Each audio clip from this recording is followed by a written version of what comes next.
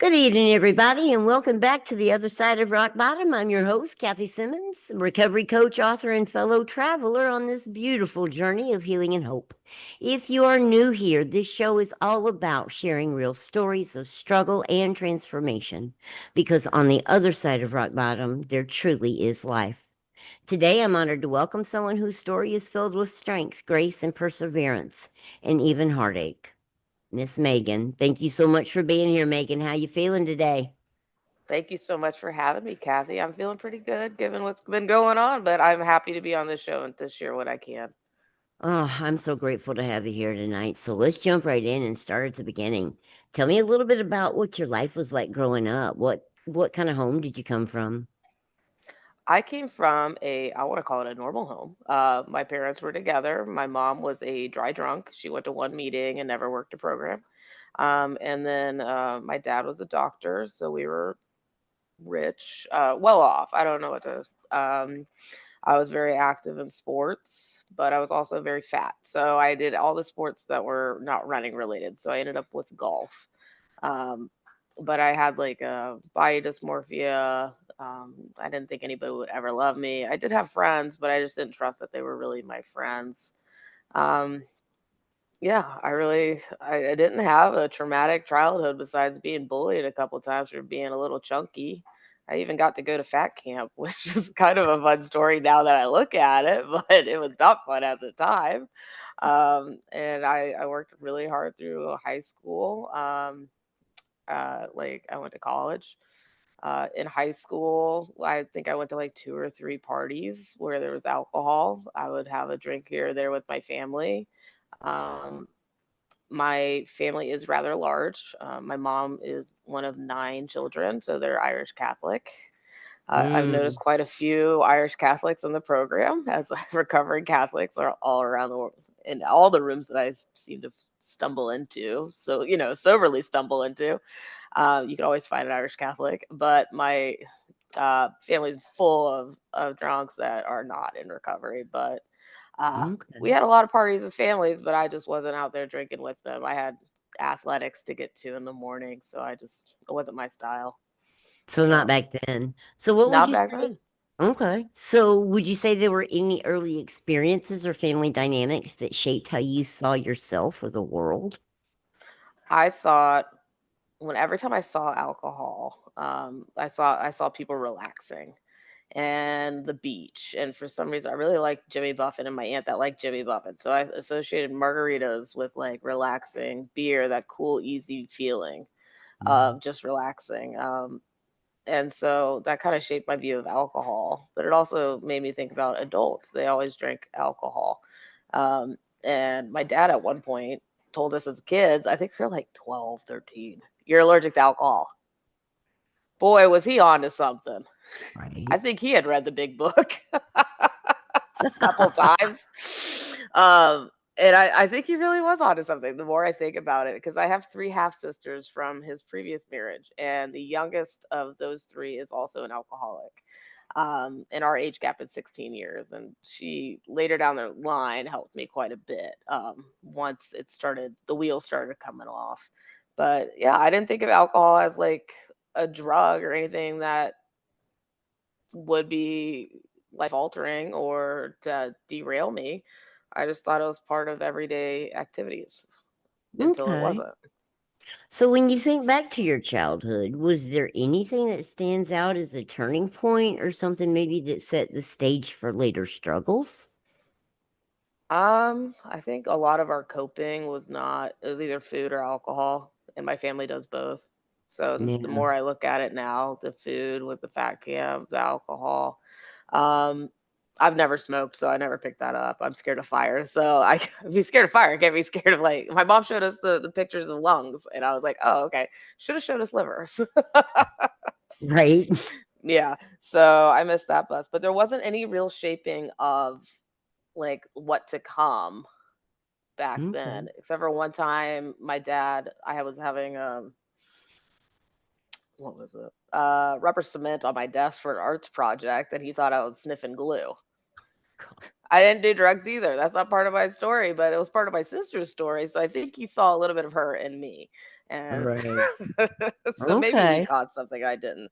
But at the age of 19, I did have a fake ID in order to purchase alcohol. Am I allowed to say anything about fake IDs? Am I going to get arrested? No.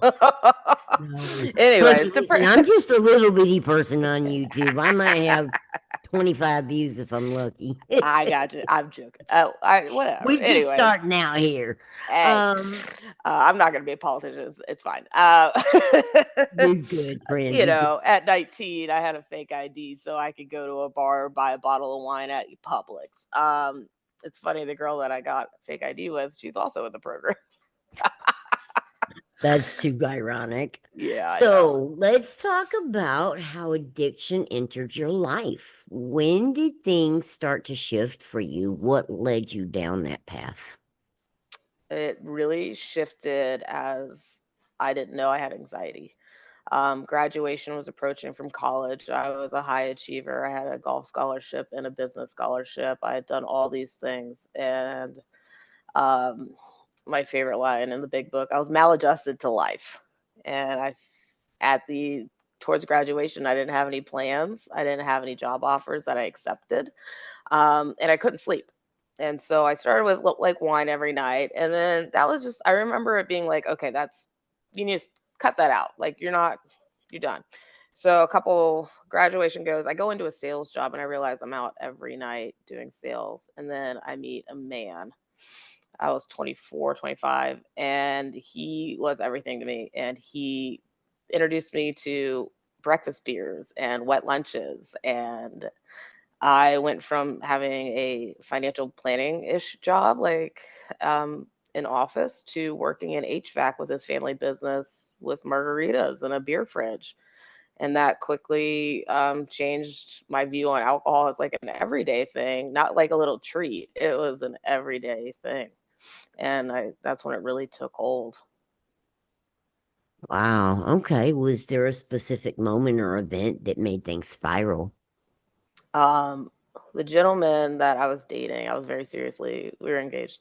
He passed away, and we were at my cousin's wedding. And I remember going to the wedding, and every wedding we went to that was open bar. Every drink makes the last drink cheaper was one of his favorite things about buffets and that kind of stuff. And I had just had knee surgery for avascular necrosis, which happens if you drink too much. I was 29 years old and I had a partially uh, redone knee in a wheelchair. We went to my cousin's wedding and he overindulged to the max. He got into a very drunk bar fight at the end of the night and he died. And at that night, I lost the love of my life, my career, our house, um, my idea of what my future was going to be, the security, all of it was gone. I didn't have a leg to stand on. Literally, I had one because of the knee surgery. It just everything hit the fan, and that year, 2019, was rough. I had to learn how to walk on my leg again, and then I also had a torn rotator cuff and labrum that I had to rehab that year too. So it was just a whole year of trying to get my physical body together. And I went into IOP for grief,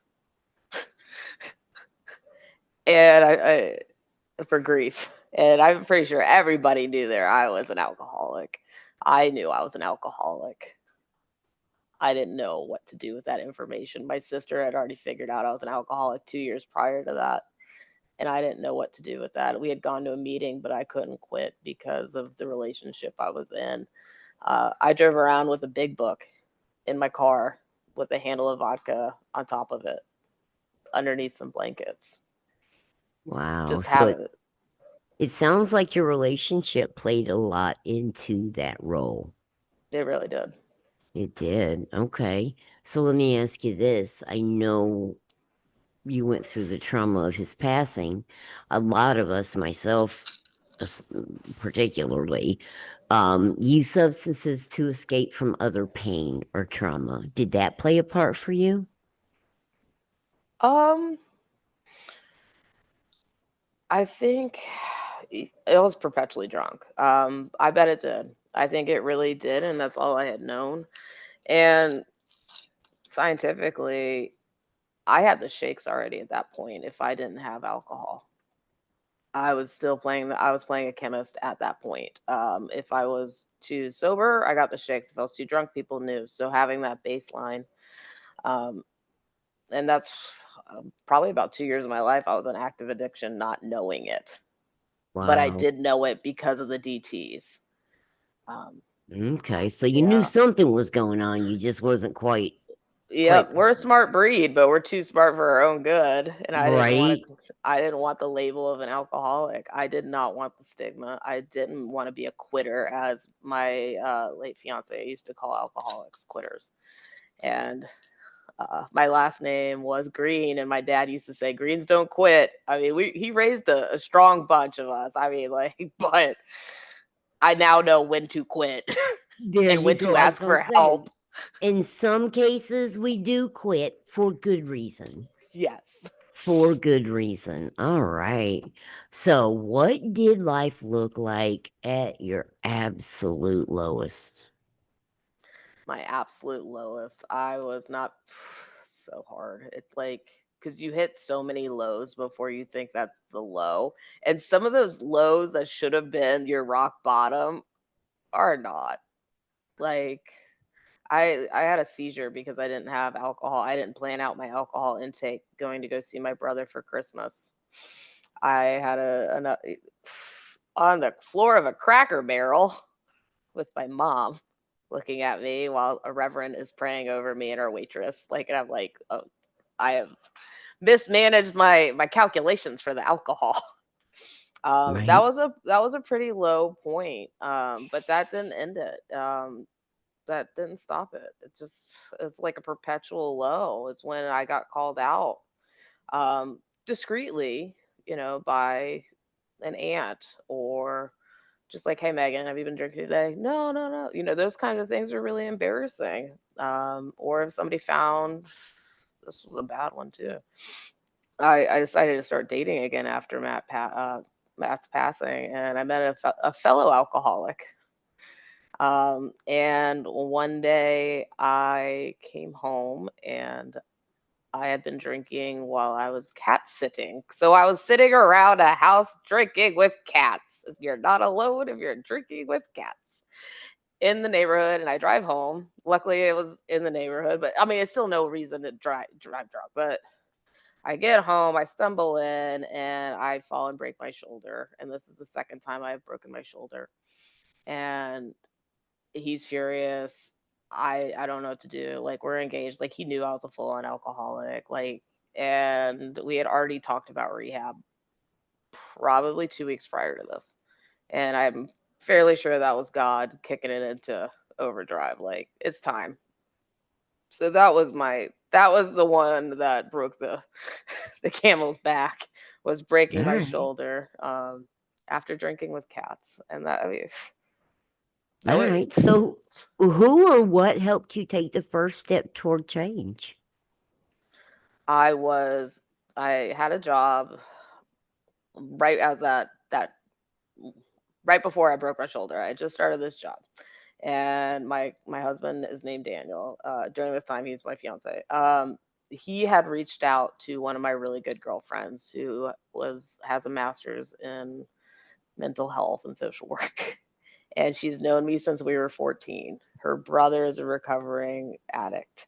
She has seen me all this. And she said, "Megan," I remember driving to work. She goes, "Megan, there is no shame in rehab." And I remember going, and I was like, "Girl, there is so much shame in rehab. There is so much I cannot quit." And I was like, "What about IOP? I can do IOP." And she's like, "I really think you need to consider this." I was like, "Okay, let me get my 6 months at this job, then I can go on short-term disability." God had other plans. So my husband had reached out to my girlfriend Emma. Emma was the one that called me, and she said, "I would drop you off at rehab." And I the willingness came when my shoulder was broken. Okay. So So let's talk about your recovery journey because that's where the miracle really begins. How did you start rebuilding your life once you decided to get clean and sober? when I went to rehab. The willingness was there. And I told my husband that I'd go to rehab when I was able to put the bra on by myself because I'd broken my shoulder, and he didn't quite understand that you can't just ask a random person to help you put your bra on. So December 8th, we drive down. I get cleared for physical therapy. I get fired from that job. And we go on down to St. John's Recovery Place in Crescent City, Florida. And with the dogs, he drops me off. I was drinking the whole way down. I blew a point 0.3. Um, I remember all of this like very vividly because nobody told me I was going to get strip searched. And I am very modest. And I was like, oh my gosh. And so here I am with my sling on and this nurse named Angel.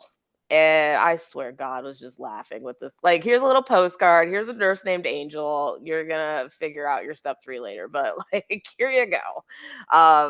And so trying to recover, like, figure out the next steps in there, I was like, there's nowhere to run. I had no worries. I was like, this is like a cruise ship. Your food's taken care of. I don't have a cell phone. I don't really care. Not like that. The world's not going to end because I'm not actively out there playing. I've been sidelined like a player. I'm being benched. And rehab, I was in there for 2 weeks instead of the full 30 days because I was going to transfer into an IOP program in Jacksonville where I could also start physical therapy on my shoulders. So at this point, we're doing a lot of therapy from shoulder to IOP. So I was going to IOP 5 days a week, then 3 days a week. But while I was in rehab, the full on rehab, I met with the counselor and I was like, what is the plan to make sure what guardrails do I need in place to make sure I do not fail? And she said, you need an AA program. And I was like, oh my gosh, these little hippies in a circle. And I hated when they came in because I was so tired at that point. It's exhausting being in rehab. I mean, I didn't know why I was so exhausted, but the chemicals, the detox, and all that stuff. Uh, and I was like, gosh, I can't relate to these guys. They have motorcycles, they've done drugs, they have cigarettes. But I'm an alcoholic too. And so she was like, you need to find an AA home group. So I called my husband with the little phone time I had because I've never been to jail either, but I have been to fat camp. So you get a little bit of phone time. So I was like, hey, with my 1 minute, I love you, but I need you to find an AA home group. He had just finished up rehab before I went. And so he found an AA home group, which is my home group here in Orange Park, Florida. Orange Park Mm. group. And that's where we got sober and started building a foundation for recovery, for a community. I found a sponsor. Like the first meeting I went to was a speaker meeting, and I looked up and I saw this lady that was polar opposite of me, and I didn't care. I wanted what she had, and it was that serenity aura around her that I had to have that. And that's Right. what and I had to go find her. And I was like, do you curtsy in front of them? Is this a marriage proposal? Like, what? There's not a guide on like how do you ask somebody to sponsor you? So luckily enough, she's still my sponsor. But just getting those guardrails in place, and time takes time. So, what were some of the biggest challenges that you faced in early recovery, early on? Mm. In early recovery, the biggest challenge for me was God. Mm, Um, okay. Probably a lot of recovering Catholics could agree with that. My God in my head was damning God. Everything bad that had happened to me was because I was misbehaving because of something. I looked all the guilt. Not only was my family Irish Catholic, my dad's side is Jewish, so there's that guilt all the way down. So I was just like, I don't know what to turn to faith wise. I have been to all these different things. I see people doing foxhole prayers. I see the evangelists. I see all of these different forms. And I just was like, I can see the 12 steps in the back, not the 10 commandments, the 12 steps. I can see them. I can read them. I know that can we do them in order? I was like, I don't know.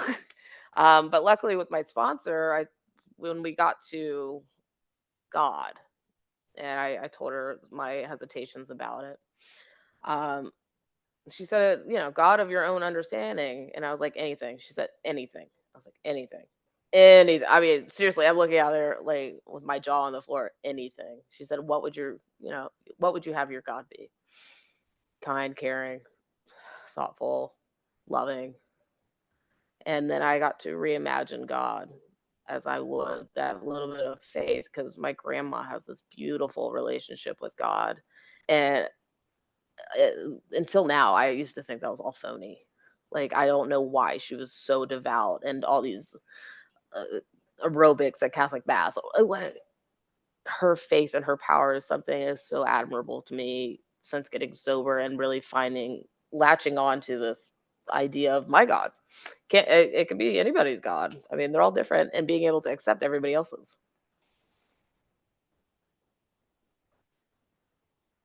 You're muted. Ah, there we go.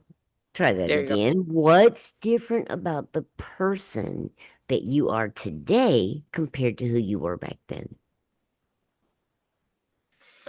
The person today, I I still fight my ego, but I know it's there, and I know I am the problem. It's not everybody else. If I'm looking around, it's me. I take my inventory every day. I take it every every like couple of hours, you know? But it's that acceptance. If something didn't go my way, it's not because I'm a bad person. It's just because it wasn't meant for me. Right. Okay. What would you say to somebody right now that's watching that might be suffering? I feel it. I It's not like a light switch and you can just turn it off. And we all wish it was so easy. It's just to give it a good, honest try and be honest with yourself 100%. Well, Megan, I do have the benefit of foreknowledge that our viewers don't. You just lost your mother Thursday, 4 short days ago. How are you doing? I did, and I am doing remarkably better than I would have expected, but we know about expectations and serenity, so I had no expectations about how I was going to be handling this. Um, I was in shock for the first day, and then it went into acceptance, into 417. Um, there's nothing I can do, and no drink or drug is going to make me get her back or change the situation. It's far different than when Matt died. That this I can accept that she is gone, but she is with me, and I can handle situations which used to baffle me. So the night Mhm. step promises are coming true. I mean, I picked up the phone and I couldn't believe it, but I knew what to do. I instinctively knew what to do, and I trust my higher power and what is going on, and the calmness and serenity that I have during all of this. While everybody doesn't have answers, it was a short illness, but while everybody's so much energy running around, running their mouth, running their heads instead of just being at peace with this is where we are now, and reflect on the joy that we have and the gratitude that we have that she taught service to her kids, and that she just was a beautiful woman all the way around, and that I can um, verbalize um, how special my mother was and how many people she impacted and touched. So I I hope that if somebody's listening to me and they're going through a sticky situation with grief, and I know my heart hurts. It's not that it doesn't hurt, but my nana, who's 95 years old and is this woman of crazy faith, she looked at me yesterday and she goes, "Isn't it crazy how a God can give us so much sorrow and so much joy at the same time? We can be laughing and crying at the same time." Like, my heart hurts because I'm burying my mother, but I know she's with me, and trudging through this grief. It's moving forward with it. Nothing's getting lost. It's just moving forward. Wow. So let me ask you this. If you could go back and tell your younger self one thing, what would it be? That I'm actually allergic to alcohol and to believe my dad. Okay. No, I think for the younger self, life's not going to go as you want it to. Just have faith. Okay. What's something that you're proud of today that the old you wouldn't believe? The old me would not believe that I'm married, that I am sober, and that I'm halfway through an MBA program. I I just got promoted at work. I have retained employment for 2 whole years without a job, without drinking on the job or anything like that.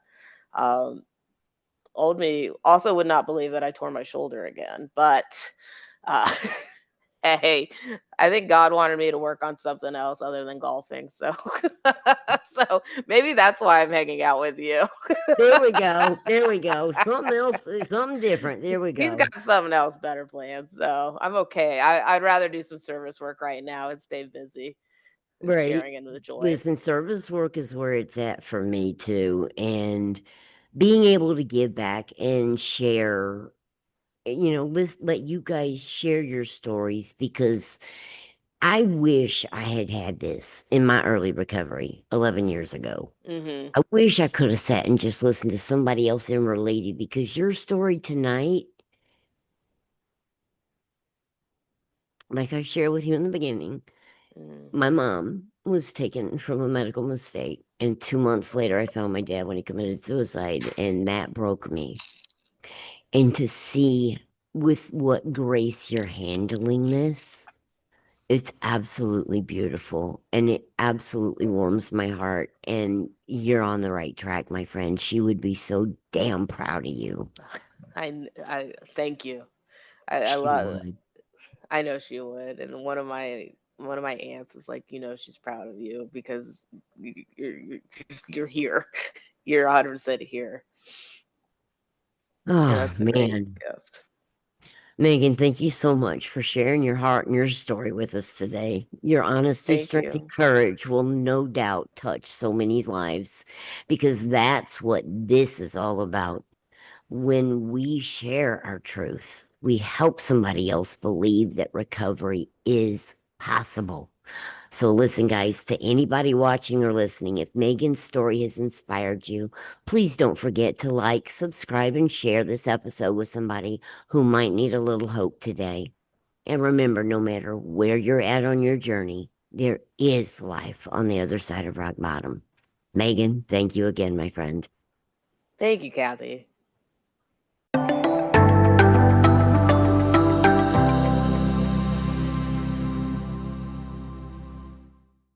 Are you terrified to face tomorrow?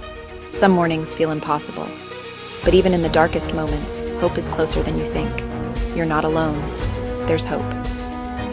Written by Kathy Simmons, a certified recovery coach, Welcome to Recovery is your powerful guide to reclaiming your life. With real stories, practical tools, and compassionate insight, this book lights the way, one page at a time. Whether you're beginning, recommitting, or supporting someone through recovery, find hope, clarity, and strength within these pages. Step into your new chapter. Welcome to Recovery. Take the first step. Get your copy of Welcome to Recovery today and begin your journey to hope.